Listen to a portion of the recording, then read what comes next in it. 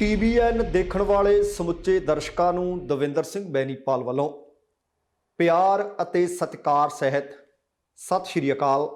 ਦਾ Benipal show ਵਿੱਚ ਤੁਹਾਡਾ ਸਭਨਾਂ ਦਾ ਨਿੱਘਾ ਸਵਾਗਤ। ਪੰਜਾਬ ਦੇ ਮੁੱਖ ਮੰਤਰੀ ਚਰਨਜੀਤ ਸਿੰਘ ਚੰਨੀ ਦਾ ਹਲਕਾ ਭਦੌੜ ਵਿੱਚ ਹੋਇਆ ਜ਼ਬਰਦਸਤ ਵਿਰੋਧ। ਚੰਨੀ ਵੰਡਣ ਲੱਗੇ ਜਿੱਤ ਤੋਂ ਪਹਿਲਾਂ ਹੀ ਵਜ਼ੀਰੀਆਂ। ਅਕਾਲੀ ਉਮੀਦਵਾਰ ਗਰਗ ਦਾ ਵੀ ਪਿੰਡ ਵਾਲੀਆਂ ਵਿੱਚ ਜ਼ਬਰਦਸਤ ਵਿਰੋਧ। ਕਾਂਗਰਸ 10 ਦਿਨਾਂ ਵਿੱਚ ਕਰੇਗੀ ਕਿਸਾਨਾਂ ਦਾ ਕਰਜ਼ ਮੁਆਫ। ਪ੍ਰਧਾਨ ਮੰਤਰੀ ਦਾ ਪੰਜਾਬ ਦੌਰਾ ਤੈਅ ਅਤੇ ਪ੍ਰਧਾਨ ਮੰਤਰੀ ਨੇ 5 ਸੂਬਿਆਂ ਵਿੱਚ ਭਾਜਪਾ ਵੱਲੋਂ ਵੱਡੀ ਜਿੱਤ ਦਰਜ ਕਰਨ ਦਾ ਕੀਤਾ ਦਾਅਵਾ। ਦੋਸਤੋ, ਇਹ ਕੁਝ ਖਬਰਾਂ, ਇਹ ਕੁਝ ਜਾਣਕਾਰੀਆਂ ਪ੍ਰੋਗਰਾਮ ਦੌਰਾਨ ਸ਼ਾਮਲ ਰਹਿਣਗੀਆਂ। ਇਹਦੇ ਤੋਂ ਪਹਿਲਾਂ ਕਿ ਇਹਨਾਂ ਦੇ ਉੱਤੇ ਵਿਸਥਾਰ ਦੇ ਨਾਲ ਗੱਲਬਾਤ ਕੀਤੀ ਜਾਵੇ, ਕੁਝ ਬੇਨਤੀਆਂ ਨੇ। ਇੱਕ ਤਾਂ ਇਹ ਕਿ ਪ੍ਰੋਗਰਾਮ ਚੋਣ ਦੰਗਲ ਜ਼ਰੂਰ ਵੇਖ ਲਿਆ ਕਰੋ। ਆਪਣੇ ਅੱਜ ਦੇ ਪ੍ਰੋਗਰਾਮ ਚੋਣ ਦੰਗਲ ਦੇ ਵਿੱਚ ਜਾਣਕਾਰੀ ਇਹ ਹੋਏਗੀ ਕਿ ਕੀ ਸੱਚਮੁੱਚ ਪੰਜਾਬ ਨੂੰ ਵਿਸ਼ੇਸ਼ ਰਾਜ ਦਾ ਦਰਜਾ ਦਿੱਤਾ ਜਾ ਸਕਦਾ ਹੈ।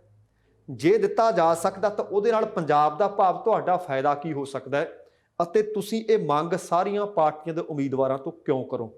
10-12 ਮਿੰਟ ਦਾ ਪ੍ਰੋਗਰਾਮ ਹੋਏਗਾ, ਕਿਰਪਾ ਕਰਕੇ ਜ਼ਰੂਰ ਵੇਖ ਲੈਣਾ। ਦੂਸਰੀ ਬੇਨਤੀ, ਇਹ ਆਪਣਾ ਅੱਜ ਦਾ ਇਹ ਪ੍ਰੋਗਰਾਮ ਦੇਖਣ ਸੁਣਨ ਤੋਂ ਬਾਅਦ ਜੇਕਰ ਚੰਗਾ ਲੱਗਿਆ ਤਾਂ ਕਿਰਪਾ ਕਰਕੇ ਲਾਈਕ ਤੇ ਸ਼ੇਅਰ ਕਰ ਦਿਓ। ਜੇਕਰ ਹਾਲੇ ਤੱਕ ਤੁਸੀਂ ਆਪਣੇ ਇਸ ਚੈਨਲ ਨੂੰ ਸਬਸਕ੍ਰਾਈਬ ਨਹੀਂ ਕੀਤਾ ਤਾਂ ਕਿਰਪਾ ਕਰਕੇ ਸਬਸਕ੍ਰਾਈਬ ਕਰਕੇ ਨੋਟੀਫਿਕੇਸ਼ਨ ਵਾਲੀ ਘੰਟੀ ਜ਼ਰੂਰ ਔਨ ਕਰ ਲੈਣੀ।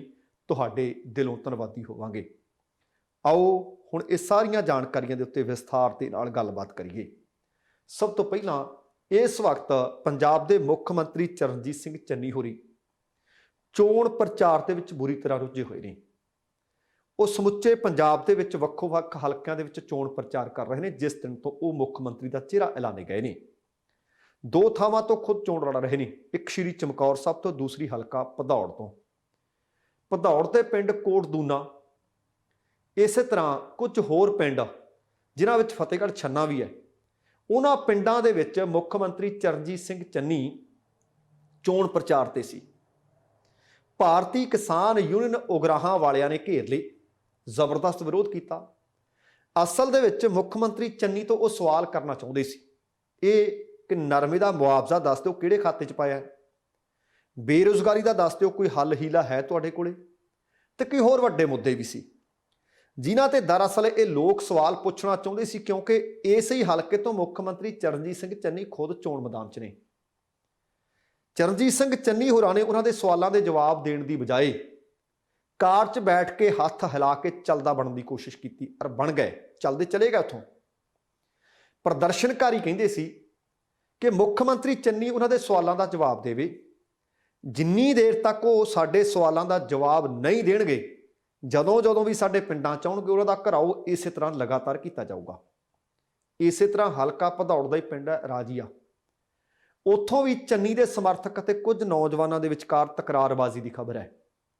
ਅਸਲ ਦੇ ਵਿੱਚ ਇਸ ਪਿੰਡ ਦੇ ਕੁਝ ਨੌਜਵਾਨ ਚਰਨਜੀਤ ਸਿੰਘ ਚੰਨੀ ਤੋਂ ਉਹ ਵੀ ਸਵਾਲ ਪੁੱਛਣਾ ਚਾਹੁੰਦੇ ਸੀ। ਸਟੇਜ ਤੇ ਜਾਣ ਲੱਗੇ, ਪਿੰਡ ਦੇ ਕੁਝ ਲੋਕ ਜਿਹੜੇ ਚੰਨੀ ਦੇ ਸਮਰਥਕ ਸੀ ਉਹ ਤਕਰਾਰਬਾਜ਼ੀ ਕਰਨ ਲੱਗ ਪਏ। ਨੌਜਵਾਨਾਂ ਨੂੰ ਧੱਕੇ ਵੀ ਮਾਰੇ, ਗਾਲਾਂ ਵੀ ਕੱਢੀਆਂ ਤੇ ਸਟੇਜ ਤੋਂ ਹੇਠਾਂ ਵੀ ਉਤਾਰ ਦਿੱਤਾ। ਨੌਜਵਾਨ ਇੱਥੋਂ ਤੱਕ ਆਖਣ ਲੱਗੇ ਕਿ ਸਾਨੂੰ ਸਿਰਫ ਬਹੁਤਾ ਨਹੀਂ 5 ਮਿੰਟ ਦੇ ਦਿਓ, ਅਸੀਂ ਆਪਣੇ ਕੁਝ ਸਵਾਲਾਂ ਦੇ ਜਵਾਬ ਲੈਣਾ ਚਾਹੁੰਦੇ ਹਾਂ ਤਾਂ ਕਿ ਅਸੀਂ ਇਹਨਾਂ ਨੂੰ ਵੋਟ ਪਾ ਸਕੀਏ।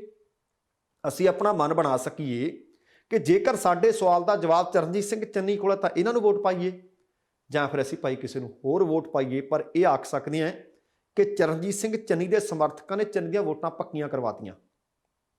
ਜਵਾਬ ਦੇਣ ਦੀ ਬਜਾਏ ਇਸ ਪਿੰਡ ਦੇ ਵਿੱਚ ਵੀ ਨੌਜਵਾਨਾਂ ਨੂੰ ਧੱਕੇ ਵੀ ਮਾਰੇ ਗਏ, ਨੌਜਵਾਨਾਂ ਨੂੰ ਧਮਕੀਆਂ ਵੀ ਦਿੱਤੀਆਂ ਗਈਆਂ, ਨੌਜਵਾਨਾਂ ਨੂੰ ਗਾਲਾਂ ਵੀ ਕੱਢੀਆਂ ਗਈਆਂ। ਚੰਨੀ ਹੋਰਾਂ ਨੇ ਜਵਾਬ ਇੱਥੇ ਵੀ ਕਿਸੇ ਗੱਲ ਦਾ ਨਹੀਂ ਦਿੱਤਾ, ਗੱਡੀ ਵਿੱਚ ਬੈਠੇ ਅਤੇ ਤੁਰਦੇ ਬਣੇ। ਤੇ ਬਾਅਦ ਦੇ ਵਿੱਚ ਸਮਰਥਕਾਂ ਦਾ ਕੰਮ ਦੇਖੋ, ਇਹ ਵੋਟਾਂ ਪੱਕੀਆਂ ਕਰ ਰਹੇ ਨੇ ਜਾਂ ਕੱਚੀਆਂ ਕਰ ਰਹੇ ਨੇ। ਉਸ ਨੌਜਵਾਨ ਜਾਂ ਨੌਜਵਾਨਾਂ ਦੇ ਘਰ ਗਏ, ਧਮਕੀਆਂ ਦਿੱਤੀਆਂ ਕਿ ਬੰਦੇ ਬਣਾ ਲਓ ਆਪਣੇ ਪੁੱਤਰਾਂ ਨੂੰ, ਫੇਰ ਨਾ ਕਿਹੋ ਕਿ ਕੱਲ ਨੂੰ ਤੁਹਾਡੇ ਮੁੰਡਿਆਂ ਨੂੰ ਪੁਲਿਸ ਚੁੱਕ ਕੇ ਲੈ ਗਈ। ਹੁਣ ਨੌਜਵਾਨ ਗਿਲਾ ਕਰ ਰਹੇ ਨੇ, ਉਹ ਕਹਿੰਦੇ ਵੀ ਅਸੀਂ ਪਾਉਣੀਆਂ ਵੋਟ, ਕਿ ਅਸੀਂ ਸਵਾਲ ਵੀ ਨਹੀਂ ਪੁੱਛ ਸਕਦੇ, ਕੀ ਜਮਹੂਰੀਅਤ ਦੇ ਵਿੱਚ ਸਵਾਲ ਪੁੱਛੇ ਨਹੀਂ ਜਾ ਸਕਦੇ। ਨੌਜਵਾਨਾਂ ਨੇ ਤਾਂ ਇੱਥੋਂ ਤੱਕ ਆਖਿਆ ਕਿ ਚਰਨਜੀਤ ਸਿੰਘ ਚੰਨੀ ਭਾਵੇਂ ਗੱਡੀ ਵਿੱਚ ਬੈਠ ਕੇ ਸਾਡੇ ਸਵਾਲਾਂ ਦਾ ਜਵਾਬ ਦੇ ਦਿੰਦੇ, ਪਰ ਸਵਾਲਾਂ ਦਾ ਜਵਾਬ ਤਾਂ ਦਿੰਦੇ। ਉਹ ਕਹਿੰਦੇ ਉਹ ਤਾਂ ਗੱਡੀ 'ਚ ਬੈਠ ਕੇ ਤੁਰਦੇ ਬਣੇ, पर समर्थक साडे घर तक आ पहुंचे, गालां भी कढ के गया, धमकियां भी दे के गया, ते नाल ये भी कह गए कि जे अगे नूं सवाल पुछण की जुरत कीती तां पुलिस चुक के लै जू। हुण अपने आप हिसाब ला लो, हाले इन्हां ने वोटां लैणीਆਂ ने, हाले कहंदे असीं दुबारा सरकार बनाउणी है, पर इन्हां इकल्लिਆਂ ਦਾ विरोध नहीं होया। अगली खबर है जिहड़ी वो भी विरोध की खबर है।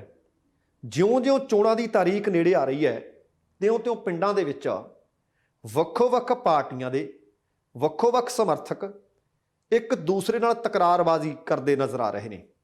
उम्मीदवारों का भी विरोध हो रहा है। ये खबरां लगातार मिल रही ने।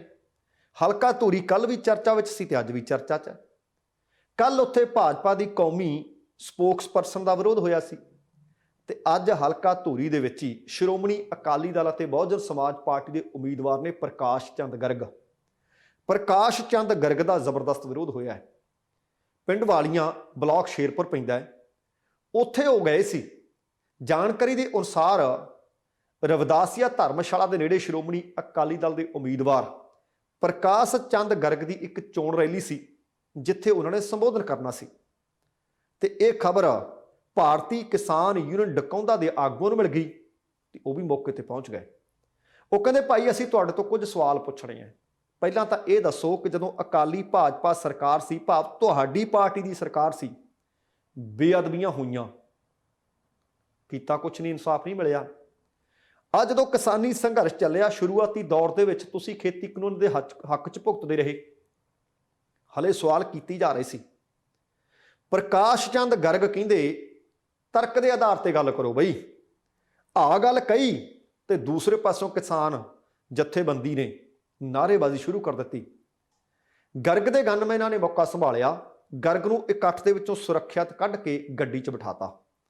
इस मौके ते हुण जिहड़े समर्थक हुंदे ने, कई उन्हां नूं चप्पल झाड़ भी कहिंदे आ, कि तौलिया मार भी कहिंदे आ, वो कहिंदे ठीक है बई तुसीं सवालों के जवाब लैणे ने ते असीं दिंदे आ।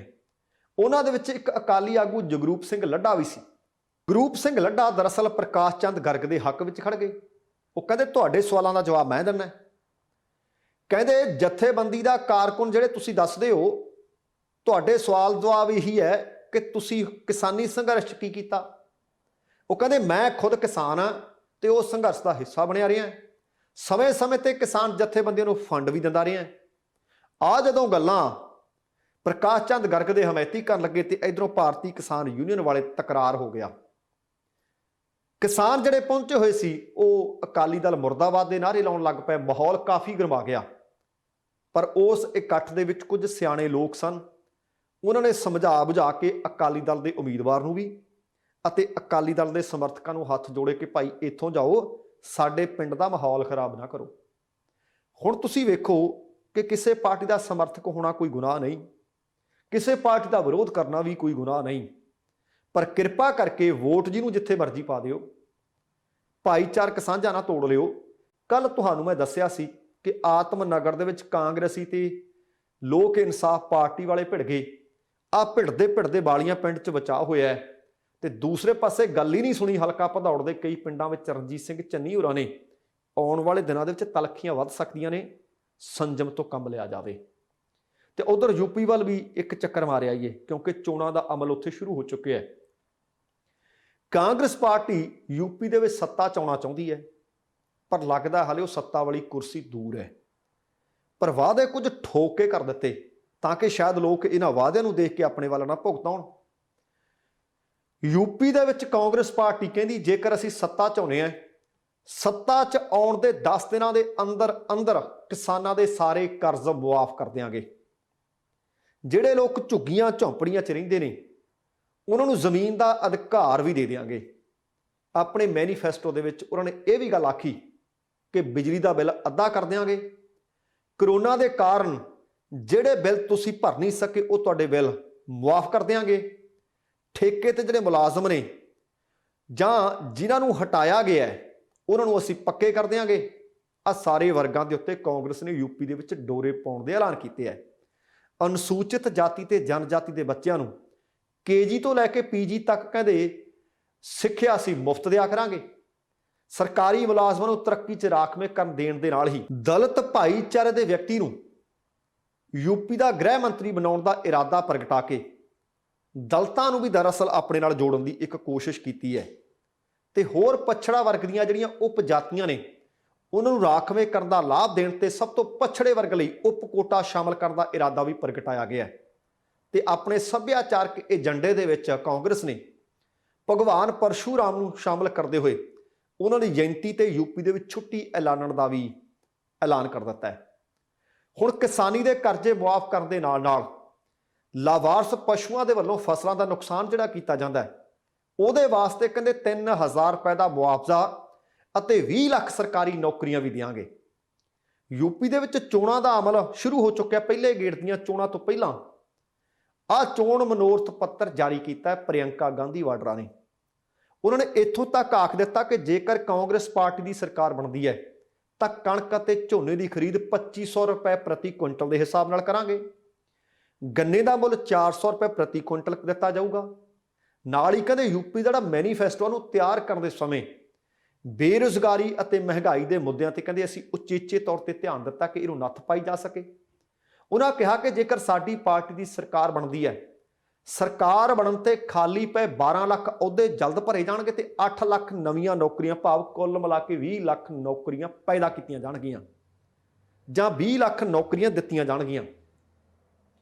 उन्होंने ये भी कहा कि सरकार दे विच जिहड़ियां नौकरियां ने जां सरकारी नौकरियां ने जिहड़ियां उह च ठेका प्रणाली आ जिहड़ी उह खत्म होएगी। उन्होंने ये भी आख्या कि जिहड़े मुलाजम ठेके ते काम कर रहे हैं उन्हां नूं इह पक्के कर दित्ता जाऊ। गऊ धन भी लियाए ने हो। गऊ धन न्याय योजना ये की है? गऊ धन न्याय योजना के अनुसार यूपी दे विच गोहा खरीदिया जाऊ 2 रुपए किलो के हिसाब नाल। हुण पार्टी का नज़रिया देखो, नैशनल पार्टी है INC Indian national Congress Punjab च भी चोणां लड़ रही है तो कुल होर 4 सूबे भी चोणां लड़ रही है। कुल मिला के 5 सूबे ने। ਆਪਾਂ ਬਾਕੀਆਂ ਦੀ ਗੱਲ ਛੱਡ ਵੀ ਦਈਏ ਤੇ ਪੰਜਾਬ ਦੇ ਵਿੱਚ 2017 ਦੇ ਵਿੱਚ ਇਸ ਪਾਰਟੀ ਨੇ ਐਸੀ ਤਰ੍ਹਾਂ ਦੇ ਵਾਅਦੇ ਕੀਤੇ ਸੀ ਜਾਂ ਜਿਹੜਾ ਕਹਿੰਦੇ ਨੇ ਭਾਈ ਅਸੀਂ ਗੋਹਾ ਖਰੀਦਿਆ ਕਰਾਂਗੇ 2 ਰੁਪਏ ਕਿਲੋ। ਕੀ ਪੰਜਾਬ ਦੇ ਵਿੱਚ ਜਿਹੜੀਆਂ ਮੱਝਾਂ ਗਾਵਾਂ ਰਹਿੰਦੀਆਂ ਉਹਨਾਂ ਨੂੰ ਕਬਜ਼ ਹੋਈ ਹੈ? ਕੀ ਪੰਜਾਬ ਦੇ ਲੋਕਾਂ ਦੀਆਂ ਜਿਹੜੀਆਂ ਮੱਝਾਂ ਗਾਵਾਂ ਰੱਖੀਆਂ ਹੋਈਆਂ ਨੇ ਉਹ ਗੋਹਾ ਨਹੀਂ ਕਰਦੀਆਂ? ਇੱਥੇ ਇਸ ਤਰ੍ਹਾਂ ਦਾ ਵਾਅਦਾ ਕਿਉਂ ਨਹੀਂ? ਉੱਥੇ ਕਹਿੰਦੇ ਹੋ ਠੇਕੇ ਤੇ ਰੱਖੇ ਮੁਲਾਜ਼ਮ ਅਸੀਂ ਪੱਕੇ ਕਰ ਦਿਆਂਗੇ। 12 ਲੱਖ ਖਾਲੀ ਅਸਾਮੀਆਂ ਤੇ 8 ਲੱਖ ਹੋਰ ਭਾਵ ਕੁੱਲ 20 ਲੱਖ ਲੋਕਾਂ ਨੂੰ ਨੌਕਰੀਆਂ ਦੇ ਦੇਵਾਂਗੇ। ਪਰ ਪੰਜਾਬ ਦੇ ਵਿੱਚ ਠੇਕਾ ਮੁਲਾਜ਼ਮਾਂ ਤੇ ਡਾਂਗਾਂ ਹੀ ਚੱਲਦੀਆਂ ਰਹੀਆਂ ਨੇ ਪਿਛਲੇ 5 ਸਾਲ, ਉਹਨਾਂ ਨੂੰ ਪੱਕੇ ਨਹੀਂ ਕੀਤਾ ਗਿਆ। ਇਹ ਕਿਤੇ ਨਾ ਕਿਤੇ ਮਹਿਸੂਸ ਹੁੰਦਾ ਕਿ ਜਿਸ ਤਰੀਕੇ ਨਾਲ ਸਾਲ 2017 ਦੇ ਵਿੱਚ ਪ੍ਰਸ਼ਾਂਤ ਕਿਸ਼ੋਰ ਨੇ ਆਖਿਆ ਸੀ ਨਾ ਕਿ ਲੋਕਾਂ ਦੀਆਂ ਵੋਟਾਂ ਦਰਅਸਲ ਇੱਕ ਮੁੱਲ ਖਰੀਦਣ ਵਰਗਾ ਲਾ ਰਹੀ ਹੈ ਕਿ ਜਿੰਨਾ ਝੂਠ ਬੋਲਿਆ ਜਾਂਦਾ ਬੋਲੋ। ਇਕੱਲੀ ਕਾਂਗਰਸ ਨਹੀਂ, ਸਾਰੀਆਂ ਪਾਰਟੀਆਂ और सूबे के लोगों की मानसिकता देख के उस तरह के सूबे के लोग की पसंद करते हैं उस तरह के वादे चोण मनोरथ पत्र में कर लाए जाते हैं। जां ये आख्या जा सकता है एक कागज़ के उत्ते कुछ भी लिख दिओ किहड़ा पूरा करना है। हुण जेकर वेखीए समय समय तो इसे करके तो आवाज़ उठती है कि भाई आ जिहड़ा चोण मनोरथ पत्र है किसी कानूनी दायरे च किसी घेरे च तां लिआओ ताकि चोण जितण तो बाद तुहानूं पुछ तां सके बंदा कोई कि आ तुसी वादे कीते सी भाई वफा कातों नहीं कीते। हुण जे नज़र मारते हैं पंजाब च भी घर घर रोज़गार देना सी, नशे बंद करने सी, बेअदबियां दा इंसाफ देना सी, कुछ होर वड्डे वादे भी सी। पर हकीकत च होया की है?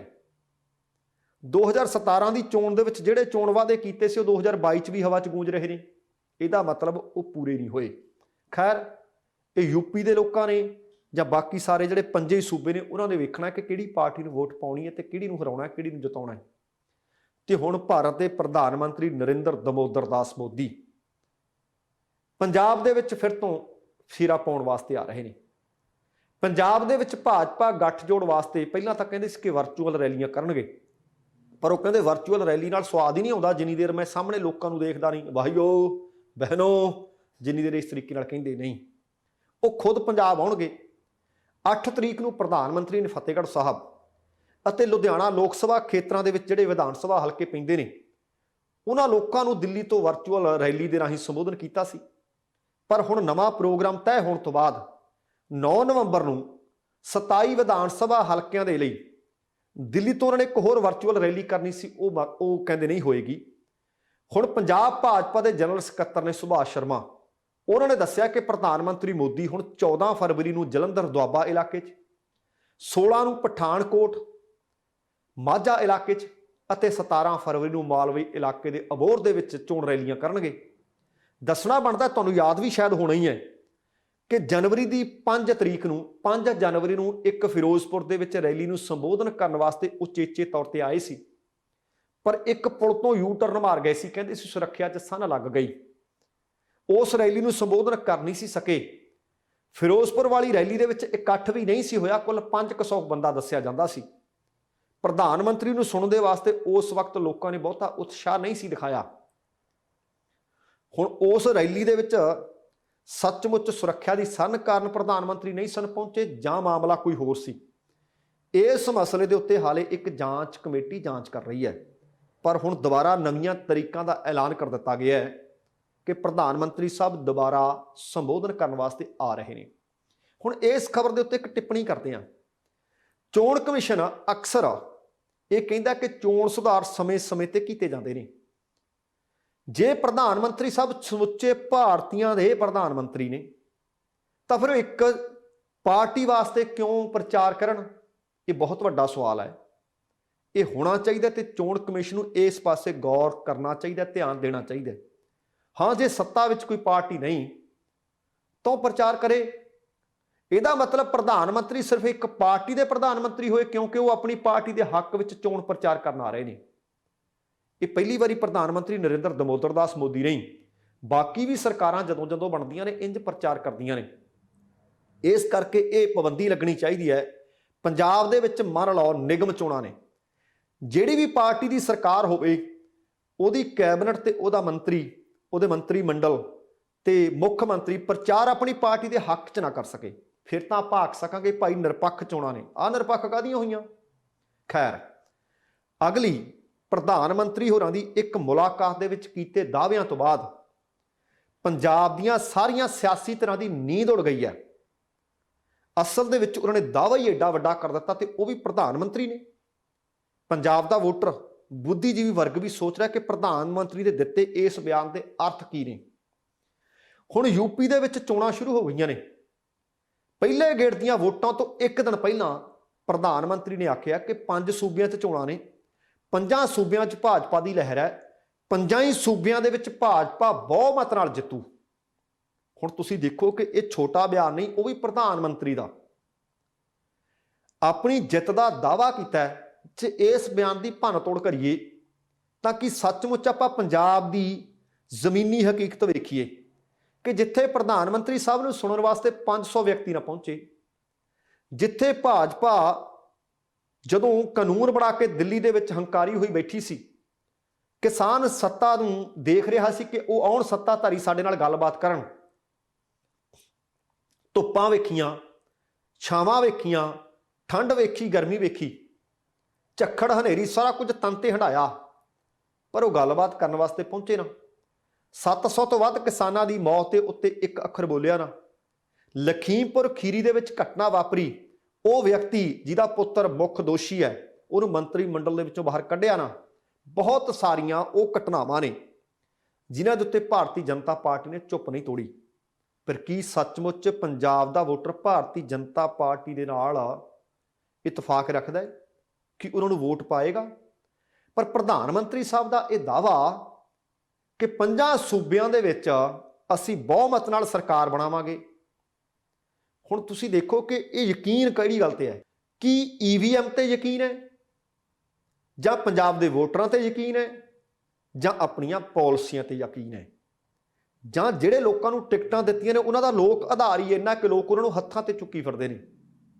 ਕੋਈ ਨਾ ਕੋਈ ਤਾਂ ਕਾਰਨ ਹੋਏਗਾ। ਕਿਵੇਂ ਤਸੱਲੀ ਨਾਲ ਆਖ ਸਕਦੇ ਆ ਕਿ 5 ਹੀ ਸੂਬਿਆਂ ਦੇ ਵਿੱਚ ਉਹਨਾਂ ਦੀ ਪਾਰਟੀ ਦੀ ਸਰਕਾਰ ਬਣੇਗੀ?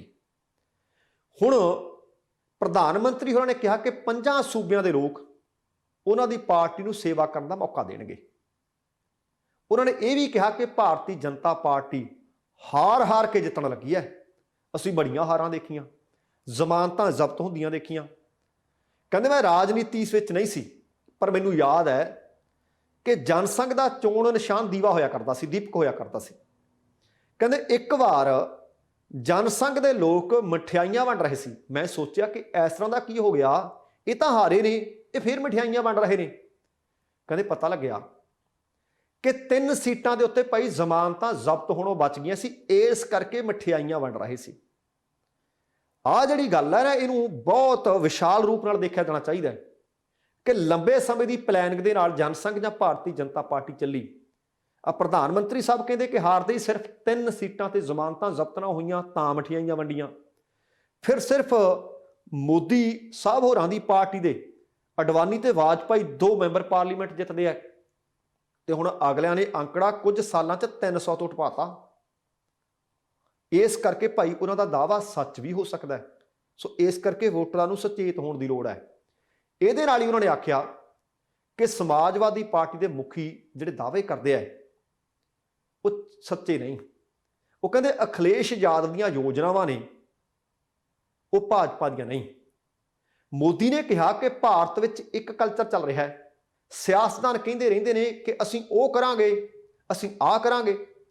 ਉਹ ਕਹਿੰਦੇ 50 ਸਾਲਾਂ ਬਾਅਦ ਵੀ ਜੇਕਰ ਕੋਈ ਕੰਮ ਕਰਦਾ ਹੈ ਤਾਂ ਕਹਿਣਗੇ ਕਿ ਅਸੀਂ ਤਾਂ ਉਸ ਸਮੇਂ ਇਹ ਕਿਹਾ ਸੀ, ਅਸੀਂ ਤਾਂ ਇਹ ਕਰਨ ਵਾਸਤੇ ਉਸ ਵਕਤ ਨਹੀਂ ਪੱਥਰ ਰੱਖਿਆ ਸੀ। ਕਹਿੰਦੇ ਇਸ ਤਰ੍ਹਾਂ ਦੇ ਬਹੁਤ ਸਾਰੇ ਲੋਕ ਮਿਲ ਜਾਣਗੇ ਜਿਹੜੇ ਕਹਿੰਦੇ ਨੇ ਕਿ ਆਹ ਕੰਮ ਸਾਡਾ ਹੀ ਹੈ। ਫਿਰ ਉਹਨਾਂ ਨੇ ਪਰਿਵਾਰਕ ਪਾਰਟੀਆਂ ਦੇ ਉੱਤੇ ਵੀ ਤੰਜ ਕੱਸਿਆ। ਉਹ ਕਹਿੰਦੇ ਪਰਿਵਾਰਕ ਪਾਰਟੀਆਂ ਦਰਅਸਲ ਲੋਕਤੰਤਰ ਦੀਆਂ ਸਭ ਤੋਂ ਵੱਡੀਆਂ ਦੁਸ਼ਮਣ ਨੇ। ਜਦੋਂ ਪਰਿਵਾਰ ਕਹਿੰਦੇ ਸਭ ਤੋਂ ਉੱਪਰ ਹੋਵੇ, ਸਰਵ ਉੱਚ ਹੋਵੇ, ਤਾਂ ਪਰਿਵਾਰ ਨੂੰ ਬਚਾਊ ਅਗਲਾ ਜਾਂ ਪਾਰਟੀ ਨੂੰ ਬਚਾਊ। ਇਸ ਕਰਕੇ ਉਹ ਕਹਿੰਦੇ ਨੇ ਪਰਿਵਾਰ ਬਚਾਉਣਗੇ, ਪਾਰਟੀ ਬਚੇ ਨਾ ਬਚੇ, ਮੁਲਕ ਬਚੇ ਨਾ ਬਚੇ। ਜਦੋਂ ਕਹਿੰਦੇ ਇਸ ਤਰ੍ਹਾਂ ਸੋਚ ਹੋ ਜਾਏਗੀ ਰਾਜਨੀਤਿਕ ਲੋਕਾਂ ਦੀ, ਫਿਰ ਨੁਕਸਾਨ ਤਾਂ ਹੋਣਾ ਹੀ ਹੈ। ਜਨਤਕ ਜੀਵਨ ਦੇ ਵਿੱਚ ਕਹਿੰਦੇ ਅਸਲ ਦੇ ਵਿੱਚ ਜਦੋਂ ਮੈਂ ਆਇਆ, ਮੈਂ ਲੋਕਾਂ ਦਾ ਦਿਲ ਜਿੱਤਣ ਆਇਆ। ਹੁਣ ਕਹਿੰਦੇ ਕਿਸਾਨਾਂ ਦਾ ਵੀ ਮੈਂ ਦਿਲ ਜਿੱਤਿਆ। ਕਹਿੰਦੇ ਖੇਤੀ ਕਾਨੂੰਨ ਕਿਸਾਨਾਂ ਦੇ ਭਲੇ ਵਾਸਤੇ ਮੈਂ ਲਾਗੂ ਕੀਤੇ ਸੀ, ਕੌਮੀ ਹਿੱਤਾਂ ਨੂੰ ਮੱਦੇਨਜ਼ਰ ਰੱਖਿਆ ਤੇ ਮੈਂ ਵਾਪਸ ਲੈ ਲਏ। ਕਹਿੰਦੇ ਹਮੇਸ਼ਾ ਮੈਂ ਕੀਤਾ ਕੀ ਹੈ, ਮੁਲਕ ਦੀ ਸੇਵਾ ਵਿੱਚ ਲੱਗਿਆ ਰਹਿਣਾ। ਜਿੱਥੇ ਵੀ ਕਹਿੰਦੇ ਸਥਿਰਤਾ ਨਾਲ ਕੰਮ ਕਰਨ ਦਾ ਮੌਕਾ ਮਿਲਿਆ, ਮੈਂ ਸਾਬਤ ਕੀਤਾ ਕਿ ਮੈਨੂੰ ਕੰਮ ਕਰਨਾ ਆਉਂਦਾ। ਉਹਨਾਂ ਨੇ ਇਹ ਵੀ ਕਿਹਾ ਕਿ ਲੋਕਾਂ ਨੂੰ ਪਾਰਟੀ ਦੀਆਂ ਨੀਤੀਆਂ ਪ੍ਰਭਾਵਿਤ ਕਰ ਰਹੀਆਂ ਨੇ, ਇਸ ਕਰਕੇ ਲੋਕ ਭਾਰਤੀ ਜਨਤਾ ਪਾਰਟੀ ਨਾਲ ਵੱਡੇ ਪੱਧਰ ਤੇ ਜੁੜਦੇ ਜਾ ਰਹੇ ਨੇ। ਗੱਲ ਪੰਜਾਬ ਦੀ ਉਚੇਚੇ ਤੌਰ ਤੇ ਕੀਤੀ। ਕਹਿੰਦੇ ਪੰਜਾਬ ਦੇ ਵਿੱਚ ਭਾਜਪਾ ਸਭ ਤੋਂ ਵੱਡੀ ਭਰੋਸੇਮੰਦ ਪਾਰਟੀ ਦੇ ਵਜੋਂ ਉੱਭਰ ਰਹੀ ਹੈ। ਸਮਾਜਿਕ ਜੀਵਨ ਹੋਵੇ, ਕਈ ਵੱਡੇ ਵੱਡੇ ਲੋਕ ਇਸੇ ਕਰਕੇ ਕਹਿੰਦੇ ਆਪਣੀਆਂ ਪਾਰਟੀਆਂ ਨੂੰ ਛੱਡ ਕੇ ਭਾਰਤੀ ਜਨਤਾ ਪਾਰਟੀ ਦੇ ਨਾਲ ਜੁੜ ਰਹੇ ਨੇ, ਭਾਜਪਾ ਦੇ ਵਿੱਚ ਸ਼ਾਮਲ ਹੋ ਰਹੇ ਨੇ। ਹੁਣ ਜੇਕਰ ਇਸ ਸਾਰੀ ਜਿਹੜੀ ਉਹਨਾਂ ਦੀ ਇੱਕ ਮੁਲਾਕਾਤ ਆ, ਉਹਦੇ ਵਿੱਚੋਂ ਮੈਂ ਕੁਝ ਗੱਲਾਂ ਨੋਟ ਕਰਕੇ ਤੁਹਾਡੇ ਨਾਲ ਸਾਹਮਣੇ ਪੇਸ਼ ਕੀਤੀਆਂ ਨੇ, ਤੁਹਾਡੇ ਸਾਹਮਣੇ ਰੱਖੀਆਂ ਨੇ। ਕੀ ਸੱਚਮੁੱਚ ਭਾਰਤੀ ਜਨਤਾ ਪਾਰਟੀ ਜੋ ਉਹ ਕਹਿੰਦੇ ਨੇ ਉਹ ਕਰ ਰਹੀ ਹੈ? ਕੀ ਸੱਚਮੁੱਚ ਜਿਹੜੇ ਕਾਨੂੰਨ ਨੇ ਕੌਮੀ ਹਿੱਤਾਂ ਨੂੰ ਧਿਆਨ ਵਿੱਚ ਰੱਖ ਕੇ ਵਾਪਸ ਲਏ ਨੇ, ਜਾਂ ਯੂਪੀ ਤਾਂ 5 ਸੂਬਿਆਂ 'ਚ ਚੋਣਾਂ ਆ ਗਈਆਂ ਸੀ ਤਾਂ ਲਏ ਨੇ? ਕੀ ਸੱਚਮੁੱਚ ਕਿਹਾ ਸੀ ਕਿ ਕਿਸਾਨਾਂ ਦੀ ਆਮਦਨ 2022 ਤੱਕ ਦੁੱਗਣੀ ਕਰਨਾ, ਕਿ ਸੱਚਮੁੱਚ ਆਮਦਨ ਦੁੱਗਣੀ ਕਰ ਦਿੱਤੀ ਹੈ? ਜੇ ਸੱਚਮੁੱਚ ਕਿਸਾਨਾਂ ਦੇ ਭਲੇ ਵਾਸਤੇ ਸੀ ਤਾਂ ਫਿਰ ਤੁਹਾਡੇ 'ਚ ਇੰਨੀ ਸਮਰੱਥਾ ਨਹੀਂ ਸੀ। ਤੁਸੀਂ ਕਹਿੰਦੇ ਹੋ ਕਿ ਕਾਨੂੰਨ ਚੰਗੇ ਸੀ, ਸਮਝਾ ਨਹੀਂ ਸਕੇ, ਇਹਦਾ ਮਤਲਬ ਬਾਕੀ ਨੀਤੀਆਂ ਤੁਸੀਂ ਖਾਕ ਸਮਝਾਉਂਦੇ ਹੋਵੋਗੇ। ਫਿਰ ਜੇ ਮੰਨ ਲਓ ਕਿ ਕੌਮੀ ਹਿੱਤ ਇਸ ਗੱਲ ਵਿੱਚ ਨੇ ਕਿ ਕਾਨੂੰਨ ਵਾਪਸ ਲੈਣੇ ਸੀ, ਤਾਂ ਕਿ ਕੌਮੀ ਹਿੱਤ ਇਸ ਗੱਲ ਵਿੱਚ ਨਹੀਂ ਕਿ ਅਸੀਂ ਫਿਰਕਾ ਪ੍ਰਸਤੀ ਦੇ ਬੀਜ ਨਾ ਬੀਜੀਏ? ਕਿ ਕੌਮੀ ਹਿੱਤ ਇਸ ਗੱਲ ਵਿੱਚ ਨਹੀਂ ਜੇ ਕਾਂਗਰਸ ਦੇ ਉੱਤੇ ਵਾਰ-ਵਾਰ ਟਿੱਪਣੀਆਂ ਕੀਤੀਆਂ ਜਾ ਰਹੀਆਂ ਨੇ ਕਿ ਇਹ ਪਰਿਵਾਰ ਵੀ ਪਾਲਦੀ ਹੈ, ਠੀਕ ਹੈ ਪਾਲਦੀ ਹੈ, ਉਹਨੇ 84 ਦਾ ਕਤਲੇਆਮ ਵੀ ਕਰਵਾਇਆ, ਠੀਕ ਹੈ ਕਰਵਾਇਆ, ਤਾਂ ਗੁਜਰਾਤ ਵੱਲ ਵੀ ਗੇੜਾ ਮਾਰਿਆ ਹੋਣਾ ਸੀ। 2002 'ਚ ਕਤਲੇਆਮ ਤਾਂ ਉੱਥੇ ਵੀ ਹੋਇਆ। ਸੋ ਕਹਿਣ ਦਾ ਭਾਵ ਹਰ ਇੱਕ ਪਾਰਟੀ ਇਹ ਦੱਸਣ ਤੇ ਲੱਗੀ ਹੋਈ ਹੈ ਕਿ ਅਸੀਂ ਉਹ ਚੰਗੀਆਂ, ਬਾਕੀ ਪਾਰਟੀਆਂ ਸਾਰੀਆਂ ਮੰਦੀਆਂ ਨੇ, ਮਾੜੀਆਂ ਨੇ। ਪਰ ਇਸ ਬਿਆਨ ਨੇ ਕਿ ਚੋਣਾਂ ਅਸੀਂ ਜਿੱਤਣੀਆਂ ਨੇ, ਇਹ ਬਹੁਤ ਵੱਡਾ ਬਿਆਨ ਆ। ਉਹ ਵੀ ਪ੍ਰਧਾਨ ਮੰਤਰੀ ਦੇ ਮੂੰਹ ਚੋਂ ਨਿਕਲਿਆ ਇੱਕ ਮੁਲਾਕਾਤ ਦੇ ਵਿੱਚ ਕਿ 5 ਸੂਬਿਆਂ ਦੇ ਵਿੱਚ ਬਹੁਮਤ ਪ੍ਰਾਪਤ ਕਰਾਂਗੇ। ਤੇ ਇਧਰਲੇ ਪਾਸੇ ਚਰਨਜੀਤ ਸਿੰਘ ਚੰਨੀ ਹੋਰਾਂ ਨੂੰ ਲੱਗੀ ਜਾਂਦਾ ਕਿ ਸਰਕਾਰ ਮੇਰੀ ਬਣਨ ਲੱਗੀ ਹੈ। ਚਿਹਰਾ ਐਲਾਨਿਆ ਜਾ ਚੁੱਕਾ ਉਹਨਾਂ ਦਾ। ਨਵਜੋਤ ਸਿੰਘ ਨੂੰ ਧੋਬੀ ਪਟਕਾ ਲਾਇਆ ਜਾ ਚੁੱਕਿਆ ਹੈ ਤੇ ਉਹਦੇ ਤੋਂ ਬਾਅਦ ਚਰਨਜੀਤ ਸਿੰਘ ਚੰਨੀ ਇਸ ਵਕਤ ਕਾਫੀ ਜੋਸ਼ ਦੇ ਵਿੱਚ ਨਜ਼ਰ ਆ ਰਹੇ ਨੇ। ਪੂਰੇ ਪੰਜਾਬ ਦੇ ਵਿੱਚ ਚੋਣ ਪ੍ਰਚਾਰ ਕਰ ਰਹੇ ਨੇ। ਖਡੂਰ ਸਾਹਿਬ ਪਹੁੰਚੇ। ਚਰਨਜੀਤ ਸਿੰਘ ਚੰਨੀ ਹੋਰਾਂ ਨੇ ਕਿਹਾ ਕਿ ਰਮਨਜੀਤ ਸਿੱਕੀ ਇੱਥੋਂ 2 ਵਾਰ ਵਿਧਾਇਕ ਬਣ ਚੁੱਕੇ ਨੇ ਤੇ ਜੇਕਰ ਉਹ ਚਾਹੁੰਦੇ ਆ ਕਿ ਮੁੱਖ ਮੰਤਰੀ ਚਰਨਜੀਤ ਸਿੰਘ ਚੰਨੀ ਹੁਣ ਤਾਂ ਸਾਡੀ ਪਾਰਟੀ ਨੂੰ ਵੋਟ ਪਾਓ। ਤੇ ਨਾਲ ਹੀ ਖਡੂਰ ਸਾਹਿਬ ਦੇ ਲੋਕ ਇੱਕ MLA ਨੂੰ ਨਹੀਂ ਜਦੋਂ ਵੋਟ ਪਾਉਣਗੇ ਸਗੋਂ ਇੱਕ ਮੰਤਰੀ ਨੂੰ ਚੁਣਨ ਵਾਸਤੇ ਵੋਟ ਪਾਉਣ, ਇਹਦਾ ਮਤਲਬ ਰਮਨਜੀਤ ਸਿੱਕੀ ਨੂੰ ਉਹ ਮੰਤਰੀ ਮੰਡਲ ਵਿੱਚ ਸ਼ਾਮਲ ਕਰਿਆ ਗਿਆ। ਇਸੇ ਤਰ੍ਹਾਂ ਡੇਰਾ ਬਾਬਾ ਨਾਨਕ ਪਹੁੰਚੇ, ਉੱਥੇ ਸੁਖਜਿੰਦਰ ਸਿੰਘ ਰੰਧਾਵਾ ਦੇ ਵੀ ਉਹਨਾਂ ਨੇ ਜੰਮ ਕੇ ਕਸੀਦੇ ਪੜ੍ਹੇ। ਉਹ ਕਹਿੰਦੇ ਜੇਕਰ ਤੁਸੀਂ ਆਮ ਆਦਮੀ ਪਾਰਟੀ ਦੇ ਉਮੀਦਵਾਰ ਨੂੰ ਵੋਟ ਪਾਓਗੇ ਤਾਂ ਸਿਰਫ ਇੱਕ MLA ਚੁਣ ਰਹੇ ਹੋਵੋਗੇ, ਪਰ ਜੇਕਰ ਸੁਖਜਿੰਦਰ ਰੰਧਾਵਾ ਨੂੰ ਵੋਟ ਪਾਓਗੇ ਤਾਂ ਤੁਸੀਂ ਇੱਕ ਡਿਪਟੀ CM ਚੁਣ ਰਹੇ ਹੋਵੋਗੇ। ਇਸ ਤਰ੍ਹਾਂ ਅਕਾਲੀ ਆਗੂ ਬਿਕਰਮ ਸਿੰਘ ਮਜੀਠੀਆ ਤੇ ਵੀ ਵਰੇ। ਉਹ ਕਹਿੰਦੇ ਡਰੱਗ ਕੇਸ ਪਹਿਲਾਂ ਤਾਂ ਕੋਈ ਉਹਨਾਂ ਤੇ ਦਰਜ ਨਹੀਂ ਸੀ ਕਰਦਾ, ਕੀਤਾ ਮਿਸਾਲ ਪੈਦਾ ਕੀਤੀ। ਕਿਹਨੇ ਕੀਤੀ? ਡਿਪਟੀ CM ਸੁਖਜਿੰਦਰ ਸਿੰਘ ਰੰਧਾਵਾ ਨੇ ਕੀਤੀ ਤੇ ਜੰਮ ਕੇ ਤਾਰੀਫ ਕੀਤੀ ਰੰਧਾਵਾ ਸਾਹਿਬ ਦੀ। ਇਸ ਤਾਂ ਚੋਣ ਪ੍ਰਚਾਰ ਕਰਦੇ ਕਰਦੇ ਉਹ ਮੋਗਾ ਪਹੁੰਚੇ, ਤਕਰੀਬਨ 4 ਘੰਟੇ ਲੇਟ ਪਹੁੰਚੇ ਮਿੱਥੇ ਸਮੇਂ ਤੋਂ। ਚਰਨਜੀਤ ਸਿੰਘ ਚੰਨੀ ਮੋਗਾ ਦੇ ਵਿੱਚ ਮਾਲਵਿਕਾ ਸੂਦ ਸੱਚਰ ਦੇ ਹੱਕ ਵਿੱਚ ਚੋਣ ਪ੍ਰਚਾਰ ਕਰ ਰਹੇ ਸੀ।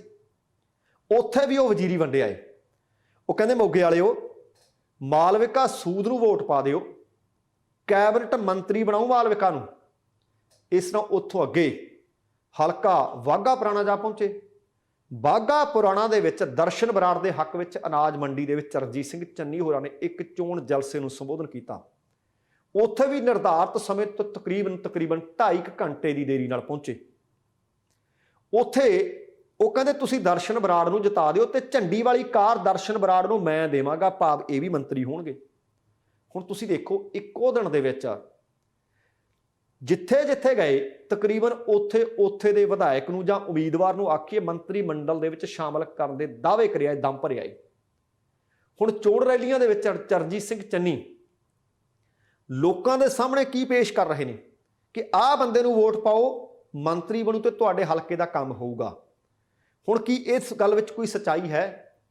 ਮੰਤਰੀ ਮੰਡਲ ਵਿੱਚ ਕੌਣ ਸ਼ਾਮਲ ਹੋਊ, ਕਿਹੜਾ ਮੰਤਰੀ ਮੰਡਲ ਵਿੱਚ ਸ਼ਾਮਲ ਹੋਊ, ਇਹ ਗੱਲ ਬਾਅਦ ਦੀ ਹੈ। ਪਹਿਲਾਂ ਤਾਂ ਜਿੱਤ ਦਰਜ ਕਰਨੀ ਬੜੀ ਜ਼ਰੂਰੀ ਹੈ। ਦੂਸਰੀ ਗੱਲ, ਚਰਨਜੀਤ ਸਿੰਘ ਚੰਨੀ ਹੋਰਾਂ ਨੇ ਟਿਕਟਾਂ ਵੰਡਣ ਵੇਲੇ ਕਿੰਨੇ ਚੱਕਰ ਮਾਰਿਆ ਦਿੱਲੀ ਦੇ। AG ਆਪਣੀ ਮਰਜ਼ੀ ਦਾ ਲਾ ਦਿੱਤਾ ਸੀ, DGP ਆਪਣੀ ਮਰਜ਼ੀ ਦਾ ਲਾ ਦਿੱਤਾ ਸੀ। ਬਾਅਦ ਦੇ ਵਿੱਚ ਹੋਇਆ ਕੀ, ਜਦੋਂ ਪਹਿਲਾ ਮੰਤਰੀ ਮੰਡਲ ਚੁਣਿਆ ਤੇ ਉਸ ਵਕਤ ਦਿੱਲੀ ਕਿੰਨੇ ਚੱਕਰ ਲਾਏ। ਸੱਚਮੁੱਚ ਜੇ ਤਾਂ ਚਰਨਜੀਤ ਸਿੰਘ ਚੰਨੀ ਹੋਰੀ ਇਹ ਆਪਣੇ ਅਧਿਕਾਰ ਖੇਤਰ ਵਿੱਚ ਸਮਝਦੇ ਆ ਕਿ ਮੈਂ ਜਿਹਨੂੰ ਮੰਤਰੀ ਮਰਜ਼ੀ ਬਣਾ ਦਿਆਂ ਤੇ ਜਿਹਨੂੰ ਮੰਤਰੀ ਮੰਡਲ ਚੋਂ ਬਾਹਰ ਕੱਢ ਦਿਆਂ, ਫਿਰ ਤਾਂ ਇਹ ਵਾਅਦੇ ਬਿਲਕੁਲ ਖਰੇ ਆ ਤੇ ਠੀਕ ਨੇ। ਪਰ ਦਰਅਸਲ ਇਹ ਗੱਲ ਖਰੀ ਨਹੀਂ ਤੇ ਸੱਚੀ ਨਹੀਂ। ਉਹਦਾ ਕਾਰਨ ਇਹ ਹੈ ਕਿ ਹਾਈ ਕਮਾਂਡ ਤੋਂ ਪੁੱਛੇ ਬਗੈਰ ਤਾਂ ਇੱਥੇ ਪੱਤਾ ਵੀ ਨਹੀਂ ਹਿੱਲਦਾ। ਮੁੱਖ ਮੰਤਰੀ ਦਾ ਚਿਹਰਾ ਕੌਣ ਹੋਵੇ, ਲਾਲਸਾ ਚਰਨਜੀਤ ਸਿੰਘ ਚੰਨੀ ਜੀ ਦੀ ਵੀ ਸੀ, ਲਾਲਸਾ ਨਵਜੋਤ ਸਿੰਘ ਸਿੱਧੂ ਦੀ ਵੀ ਸੀ। ਆਖਿਰਕਾਰ ਹੋਇਆ ਕੀ? ਪਰ ਹੁਣ ਸਿੱਧੂ ਹੋਰੀ ਲੱਗਦਾ ਕਿ ਖੇਡ ਵਿਗਾੜਨਗੇ। ਨਵਜੋਤ ਸਿੰਘ ਸਿੱਧੂ ਦੂਸਰੀ ਵਾਰ ਮਾਤਾ ਦੇ ਦਰਬਾਰ ਵਿੱਚ ਹਾਜ਼ਰੀ ਭਰ ਰਹੇ ਸੀ। ਚੋਣ ਪ੍ਰਚਾਰ ਅੱਧ ਵਿਚਕਾਰ ਛੱਡ ਗਏ। ਸਮੁੱਚੇ ਪੰਜਾਬ ਦੇ 117 ਹਲਕਿਆਂ 'ਚ ਚਰਨਜੀਤ ਸਿੰਘ ਚੰਨੀ ਨੂੰ ਪ੍ਰਚਾਰ ਕਰਨਾ ਪੈ ਰਿਹਾ ਹੈ। ਸੁਨੀਲ ਜਾਖੜ ਹੋਰੀ ਬਿਲਕੁਲ ਘਰੇ ਬੈਠ ਗਏ, ਸਰਗਰਮ ਸਿਆਸਤ ਤੋਂ ਲਾਂਭੇ ਹੋ ਗਏ।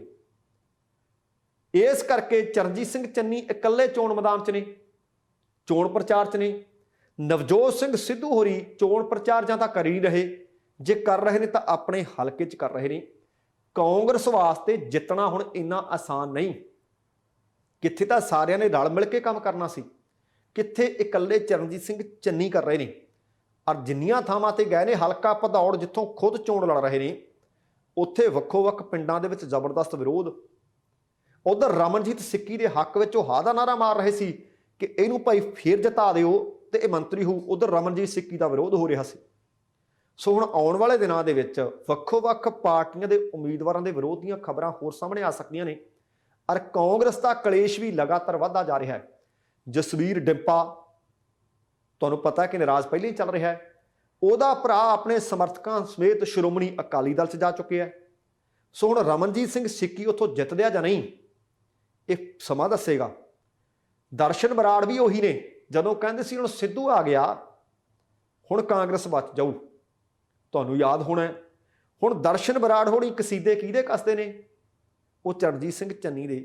ਸੋ ਇਹ ਕਹਿਣ ਦਾ ਭਾਵ ਇਹ ਕਿ ਇਹਨਾਂ ਵਾਸਤੇ ਲੜਿਓ ਨਾ, ਭਿੜਿਓ ਨਾ, ਝਗੜਿਓ ਨਾ। ਬਹੁਤ ਸਾਰੀਆਂ ਉਦਾਹਰਨਾਂ ਦਿੱਤੀਆਂ ਜਾ ਸਕਦੀਆਂ ਨੇ। ਜਿਹੜੇ ਕੱਲ ਕਿਸੇ ਦੇ ਨਾਲ ਸੀ ਅੱਜ ਕਿਸੇ ਦੇ ਨਾਲ ਨੇ, ਹੋ ਸਕਦਾ ਕੱਲ ਨੂੰ ਕਿਸੇ ਹੋਰ ਨਾਲ ਹੋਣ। ਸੋ ਉਮੀਦ ਹੈ ਤੁਹਾਨੂੰ ਆਪਣਾ ਇਹ ਪ੍ਰੋਗਰਾਮ ਚੰਗਾ ਲੱਗਿਆ ਹੋਣਾ। ਜੇਕਰ ਪ੍ਰੋਗਰਾਮ ਚੰਗਾ ਲੱਗਿਆ ਕਿਰਪਾ ਕਰਕੇ ਲਾਈਕ ਤੇ ਸ਼ੇਅਰ ਜ਼ਰੂਰ ਕਰ ਦਿਓ। ਜੇਕਰ ਹਾਲੇ ਤੱਕ ਤੁਸੀਂ ਆਪਣੇ ਇਸ ਚੈਨਲ ਨੂੰ ਸਬਸਕ੍ਰਾਈਬ ਨਹੀਂ ਕੀਤਾ ਤਾਂ ਕਿਰਪਾ ਕਰਕੇ ਸਬਸਕ੍ਰਾਈਬ ਕਰਕੇ ਨੋਟੀਫਿਕੇਸ਼ਨ ਵਾਲੀ ਘੰਟੀ ਜ਼ਰੂਰ ਔਨ ਕਰ ਲੈਣੀ। ਤੁਹਾਡੇ ਦਿਲੋਂ ਧੰਨਵਾਦੀ ਹੋਵਾਂਗੇ। ਹੁਣ ਸਮਾਂ ਸਮਾਪਤ ਹੈ। ਜਾਣ ਤੋਂ ਪਹਿਲਾਂ ਕਹਾਂਗਾ, ਜ਼ਿੰਦਗੀ ਜਿੰਦਾਦਲੀ ਦਾ ਨਾਮ ਹੈ। ਦਵਿੰਦਰ ਸਿੰਘ ਬੈਨੀਪਾਲ ਨੂੰ ਆਗਿਆ ਦਿਓ। ਸਤਿ ਸ਼੍ਰੀ ਅਕਾਲ ਤੇ ਰੱਬ ਰਾਖਾ।